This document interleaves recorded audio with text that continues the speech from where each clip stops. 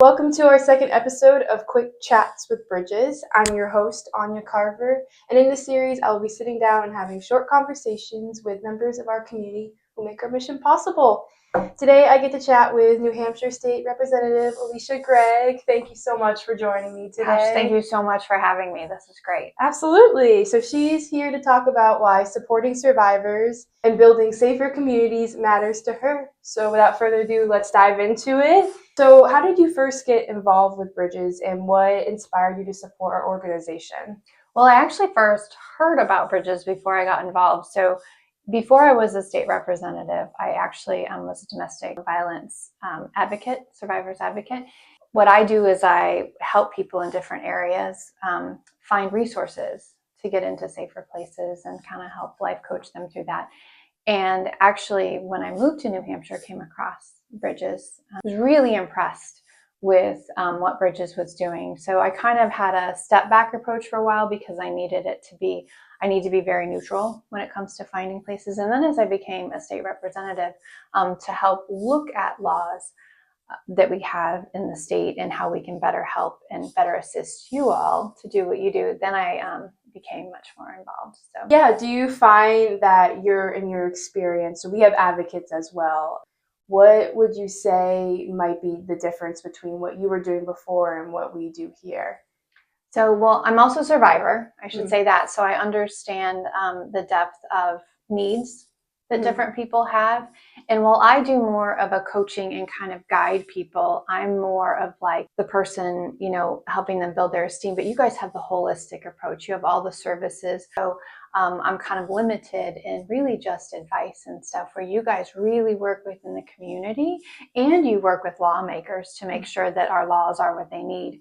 But you guys have really that holistic piece that's really necessary for helping survivors. Yeah, absolutely. How do you support survivors of domestic and sexual violence in your day-to-day life? One of the most important things I could do is use my voice because I am a survivor. And I have people that say, wow, if you've been through this, then I can do these different things with my life. So the most important thing I can do is to keep talking, but also to keep listening, because I know that there's a lot of voices we're not hearing, and those are the ones most impacted. In helping survivors day to day, I also have a blog that has a lot of reach out. So people will, kind of reach out to me one-on-one and just ask advice. So really being available too, and just saying, hey, I've been there, but let me hear your story. And I feel like that's so important as someone who is kind of in a place of power in our community, using your voice and having that blog and just letting people know that you're here for them. I feel like that makes a big difference. And I feel like here at Bridges as well,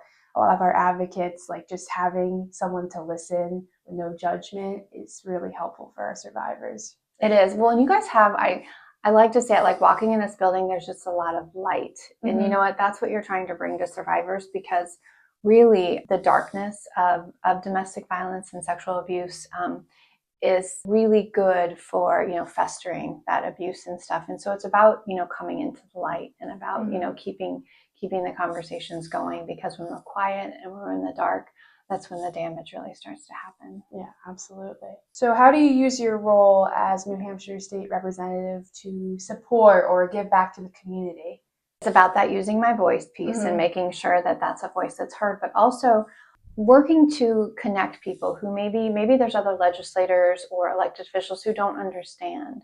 So helping them to kind of understand what it looks like, breaking stigmas, also looking at legislation and saying, is this in the best interest of people in this state? And how is that going to work?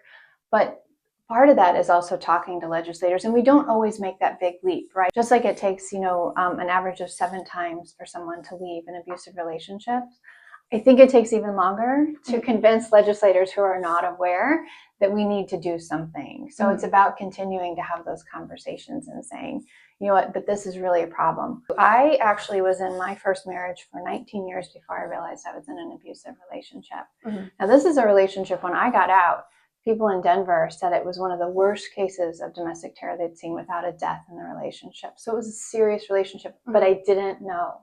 It wasn't until another organization like Bridges came and spoke to my beauty school and was talking about, like, what happens if you can't text somebody back right away? How do they respond? And we're talking about how, and I'm thinking, Oh, that's interesting. Well, about that time, I got a text from my then husband, and I couldn't respond on my watch. And they had our phones locked up, and I panicked because I was like, oh my gosh, I'm not going to be able to get back to him. He's going to be upset. And then I was like, wait a second, they're talking about me. So you can even be in the middle of it yourself and not know what it is and not know what it looks like. But then when that curtain is up, I'm very understanding too with people who have not been through it. Yes. Or have not had that, or maybe that's their upbringing to be that way. Yeah. And so we have to stop and say, that's actually not a healthy way to behave. So it's also why we have like our education so important. people as well who do presentations in schools and groups and just kind of teach others about behaviors that aren't normal. And it's huge because like you didn't realize what you were going through was, you know, wrong, and other people might not know that as well. So. It helps save my life. A program like this helps save my life. Yeah, that's amazing. And I'm glad you got out of that situation. Me too. So what's a fun fact about you that people might not know? I actually won this year. It's the 2025 Broadway Awards for costume design. Wow. For a professional show. Oh my gosh. So that's pretty exciting. What did you design costumes for? So my now husband, who is amazing, has produces a musical that I help him with, Evil Dead the Musical.